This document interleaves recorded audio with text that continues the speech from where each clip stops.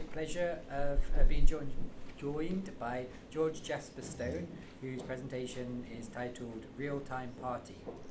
So George is a digital artist based in London.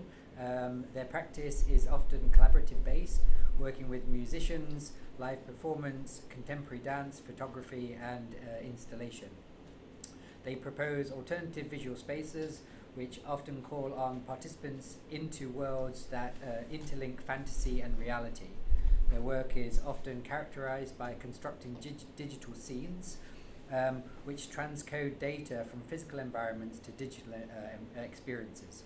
They aim to create a dialogue to accessible, detailed and fantastical semiotics. Over to George. Amazing. Oh yeah, I might just grab myself water really quick. Oh, is that one?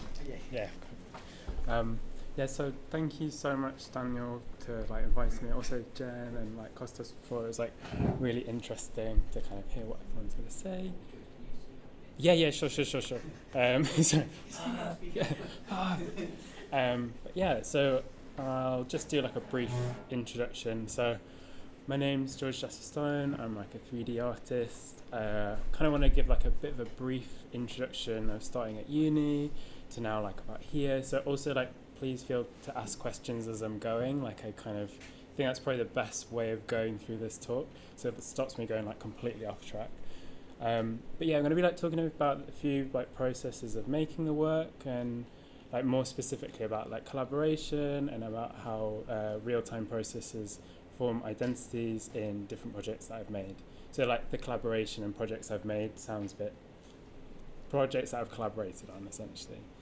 So these are some works that I've just done now. This one's a sculpture that I've made in ZBrush, which is a sculpting software, and also transferred that over to Cinema 4D. So I use a lot of different softwares to kind of create the work, but quite a lot of the time it takes inspiration from physical spaces and then made into digital environments. So the idea is that quite a lot of the time I'm just really inspired by physical environments. Quite a lot of my inspiration comes up from being brought up in Derbyshire in a bit of a rural area. You can see this is sort of kind of inspired by it. But yeah, saying that being inspired by natural environments, quite a lot of the time I get described my work as being quite uncanny or synthetic and has a bit of a surrealist nature. So also a close friend described them quite recently as a dream simulation, which I was yeah, this feels it kind of works as the thing. So yeah, but saying inspired by nature, sometimes I'm kind of driven by a technique of making something. So how do you get to a certain point?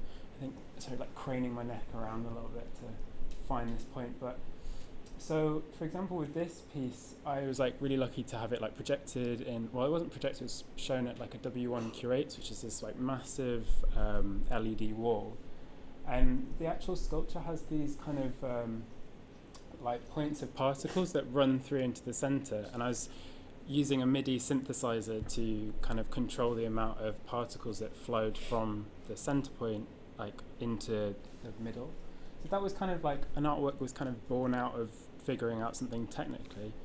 And then this piece, I kind of wanted to scan loads of things. So I do a lot of painting, a lot of digital artwork, and I wanted to create this kind of mashup on a canvas. So you can see here, this is part of a piece of painting that I did on a piece of perspex, and then I scanned it in, and yeah, and then I kind of just experimented with it. So I made this kind of digital canvas.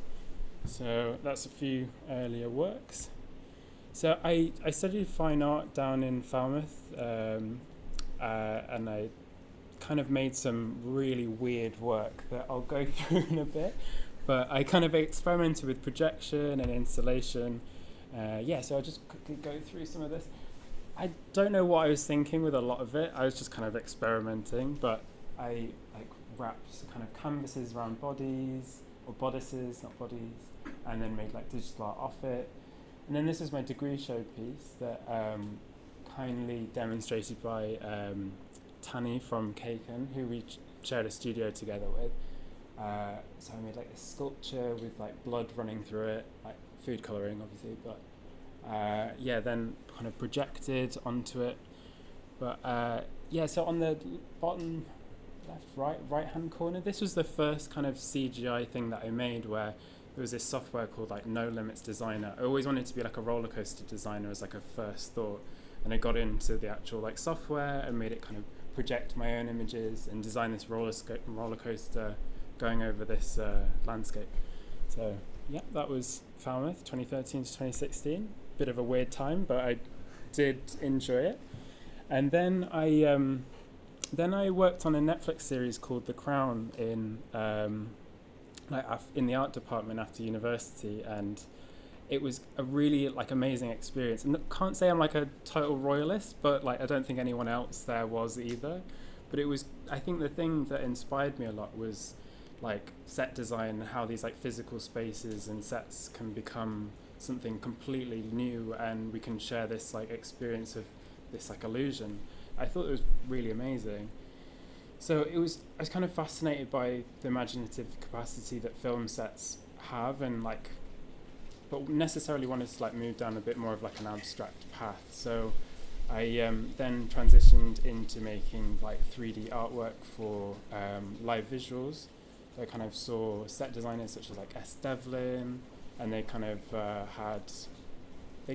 embraced a bit more of like a playful and abstract approach to making work. So so that was at a CGI production studio in Borough, which was called Treatment, and I basically lied my way to get in. I was like, oh yeah, I can use Cinema 4D, I can do all this stuff.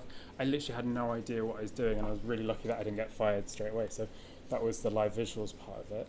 So I stayed there for like 2 years, learned how to use CGI and After Effects and the kind of whole Adobe suite, which was quite fun. And then I started working freelance in 2020, but missing out a part where I worked actually with like a company called Offworld, which I should have put in, but I forgot to.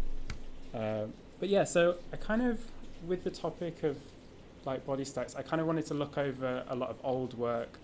And I think the theme that came up was these older works can have like an evolving identity and digital selfhood that can either be lost or become something else entirely through like real-time interactions and performance. So going like chronologically, this is like the first film that I made in like 2018, so it's really not well made at all, and I don't know why I'm showing it as the first work, but that's where I'm at.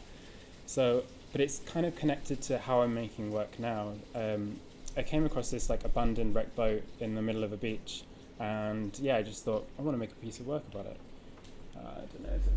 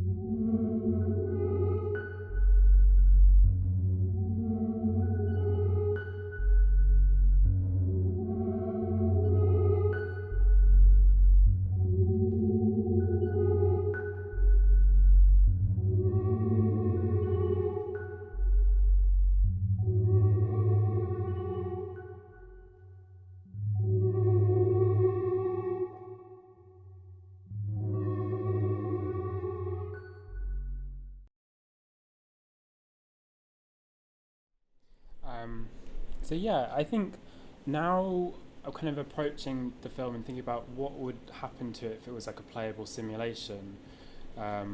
So in hindsight, I was thinking about how different experiences shape how we perceive time passing. For example, when I was like in a position like seeing this like boat in the middle of the beach, I was like, it kind of felt a bit like a serendipitous metaphor, and I was like, I feel quite shit. My experience of time was going pretty slow, and I thought, I've only seen the boat for 10 or 20 minutes, and I wanted the film to have this like cycle of time that ran through it. So essentially, like, the subject of the artwork became this like temporal relationship between like a physical space and its like digital counterpart.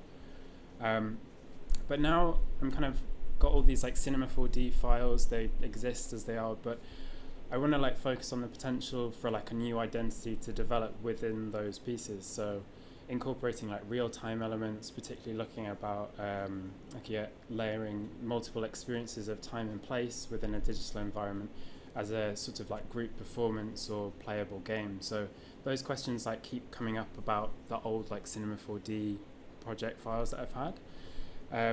And yeah, like the Cinema 4Ds have like, and various like subjects, like such as like the sculptures having this kind of dormant identity. So yeah, I feel like the element is that transforming identity in the subject of these personal expressions is like possible by having it exist as an artwork, only becomes more alive by somebody playing it, for example.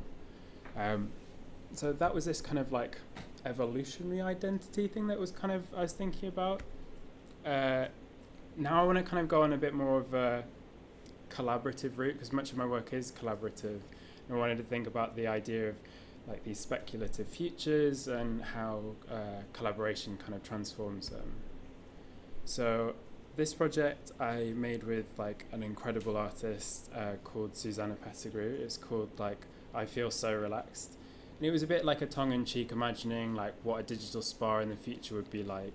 You're like greeted by like an avatar. Sue's walked around the space imagining all these experiences of like future spas, and we used like an Xbox Kinect light, so this volumetric capture to record all these actions. And I was really lucky as well because it was like platform with like Days Beauty, so kind of had a really great starting point for the work.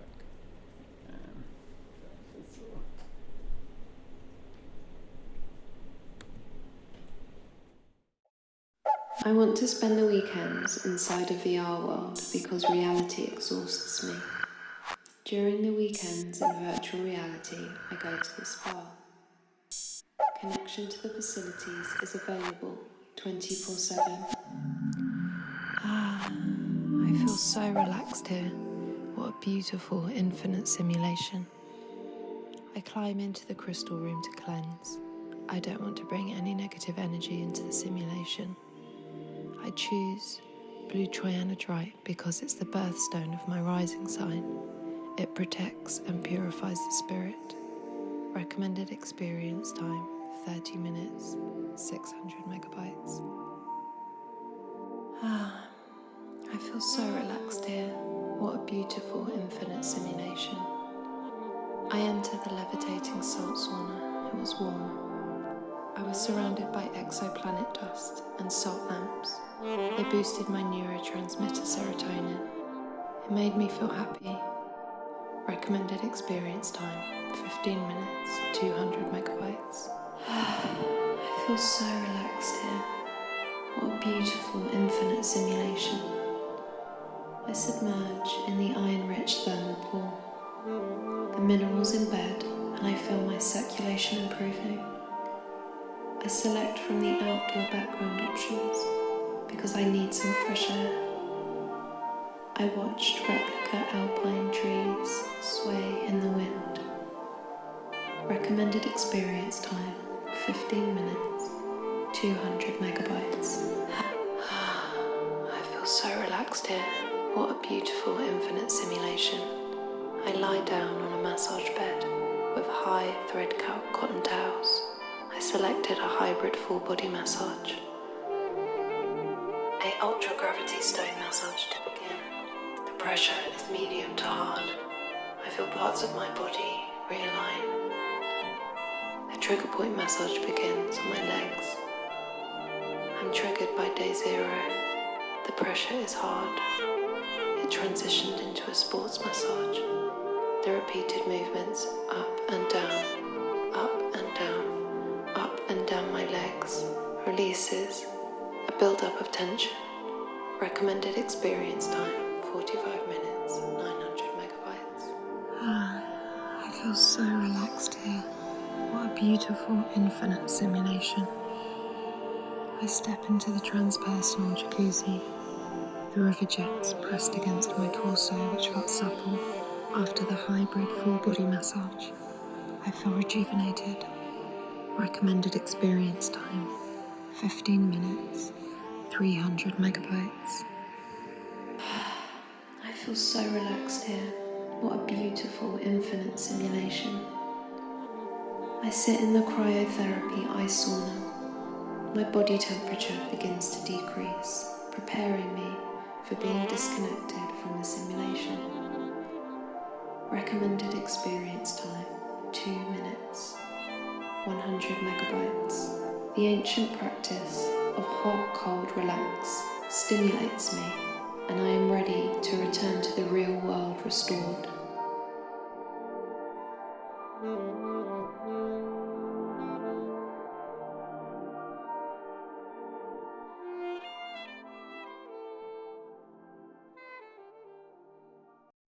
So even though it's like quite tongue-in-cheek, we're kind of thinking about what we're like talking about, I think it is that the subject is that we're building these speculative environments as a way to like test drive future possibilities, in a sense like using like world building as a tool to think like playfully like around a certain theme.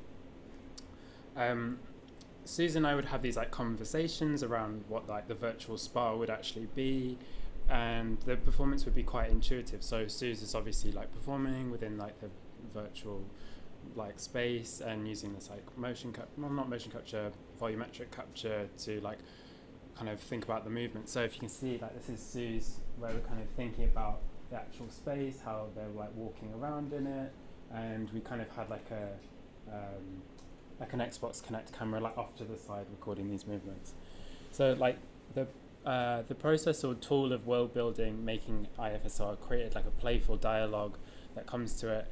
And I feel like the thing that we realized, it had the potential to bring people to discuss and imagine what these futuristic situations could be, and that kind of dialogue was the most important part, not necessarily the work itself. We're like really happy with the work, but I think the idea is that this dialogue is a really like important thing.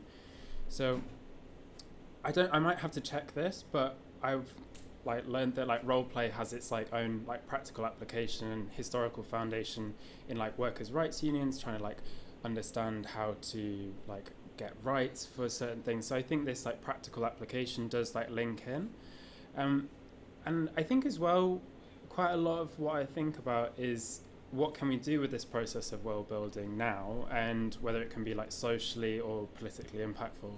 And hopefully I get to a side where I'm like, yes, I think it can be. So hopefully we'll get there with it. Oh, my mouse is not working. So yeah, like I'll go straight on to the next part, is this subject of like real-time identity.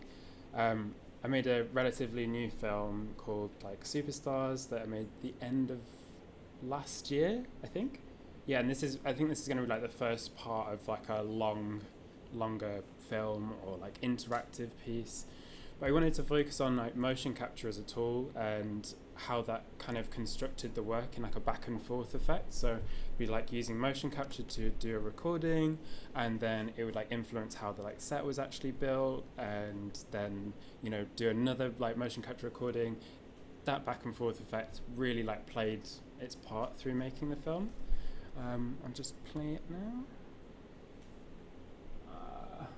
This is actually in collaboration with a musician called Darko, who's amazing. So I kind of want to make sure the sound is good, because they were the person who did the sound.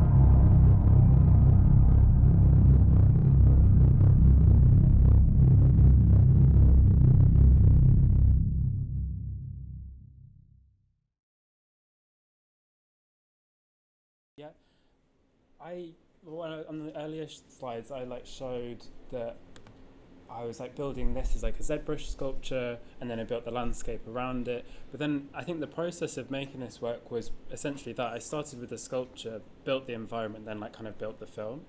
But yeah, I'll kind of get onto the. Oh no, we're not watching again. Next one. Here we are. Okay, yes. So I began making the film because I was like really interested in using motion capture to animate the virtual camera and digital sculpture. So I don't know if you could tell, like the actual light tool was kind of animated, basically just using my phone as a motion capture tool. It gave a sense of realism and weights to the movement, which helped create a more human feel to the virtual worlds.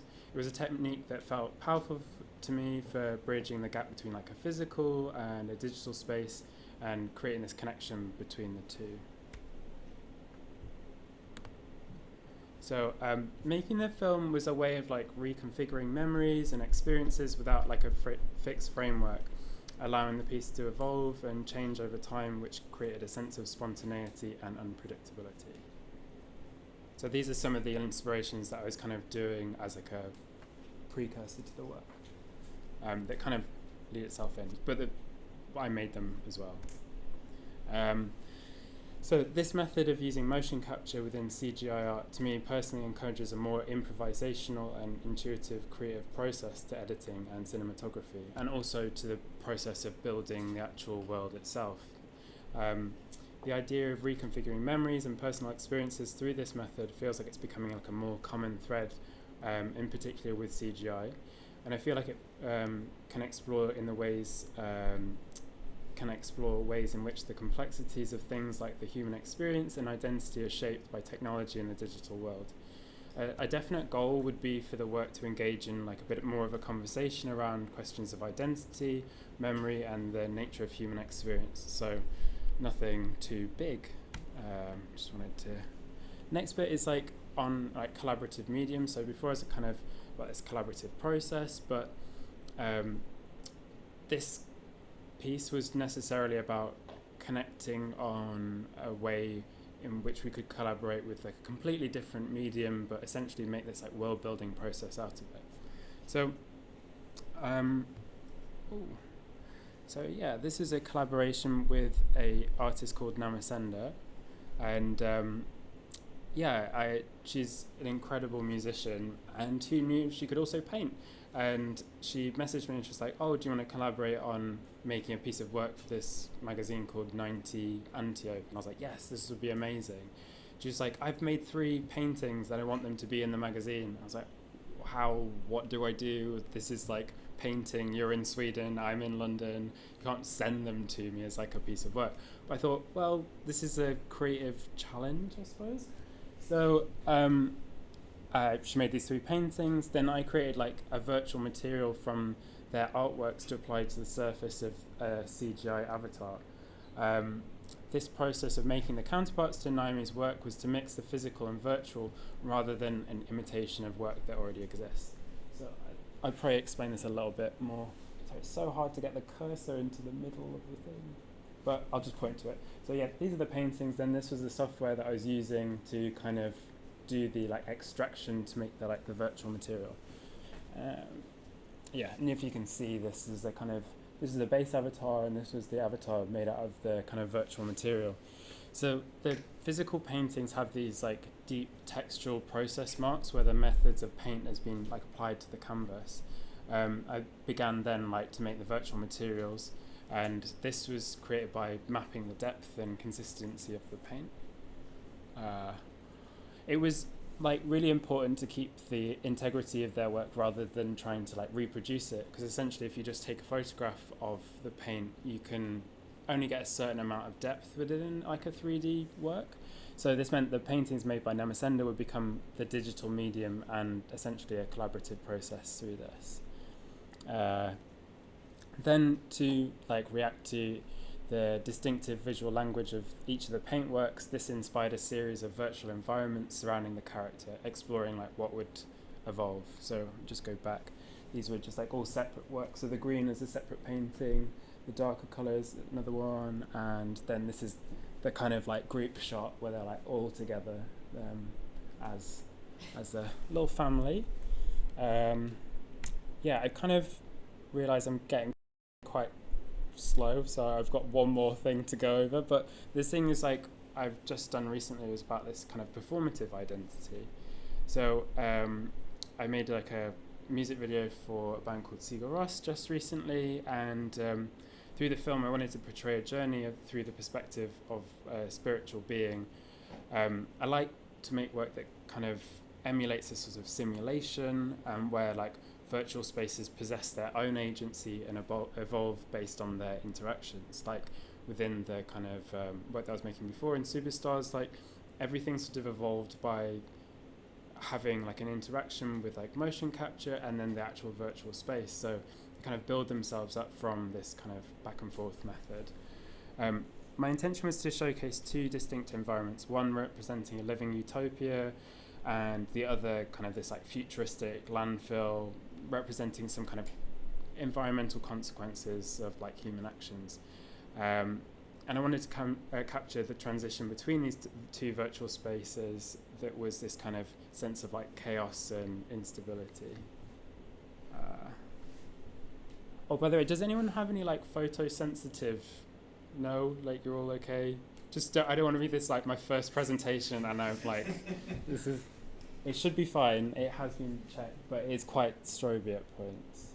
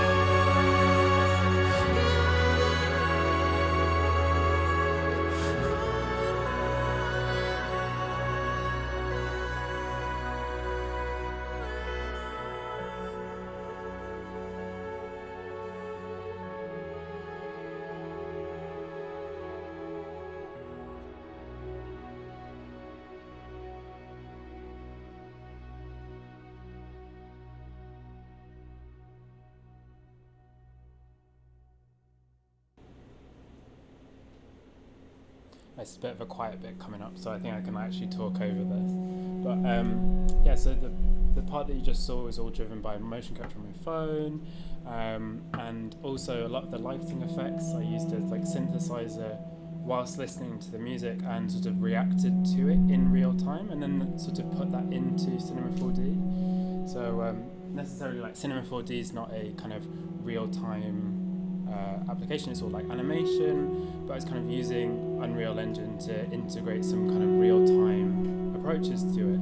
So I can't use Unreal very well, but I want to learn how to do it, but this is my kind of process of getting into this real-time element. Yeah, here's so this landscape's actually the same one as before. When you go in, it's just like a kind of destroyed version of it. So I wanted the perspective of the avatar to kind of go through this landscape, see what's kind of happening in the like beautiful utopia, and then sort of this chaos and destruction happens and sort of arrive back where you are. I've got one. Oh no, it's happening again. Oh god. Yeah, so this was one of the screenshots from the actual film. I basically have already described that. So, yeah, this scene is produced from motion capture, directing a virtual camera in real time during the performance of Scale, rather than animating the path of the camera manually through keyframing. The interpretation of Scale was a journey through chaos, instability, and vulnerability. This response performed through the lens of the being or avatar. So it's kind of trying to embody this avatar, if you will. And I wanted to look how the physical body is able to connect to virtual spaces by becoming a digital extension of ourselves. Also, whether real-time performance can humanize technology to a means of being politically and socially impactful. With this, it's sort of trying to make some kind of environmental comment. So hopefully, in a way, projecting it out there, trying to say that it might be able to, be politically and socially impactful. Yeah, one last slide. I realise I'm going over. Quick, go. So I think the core of these works became the social relations between people, focusing on the transience of the moment through dream simulations and real-time interactions. In this sense, it was no longer caring for an object, but about caring for a social network and process. Yeah, I think that's about it for me. All done there.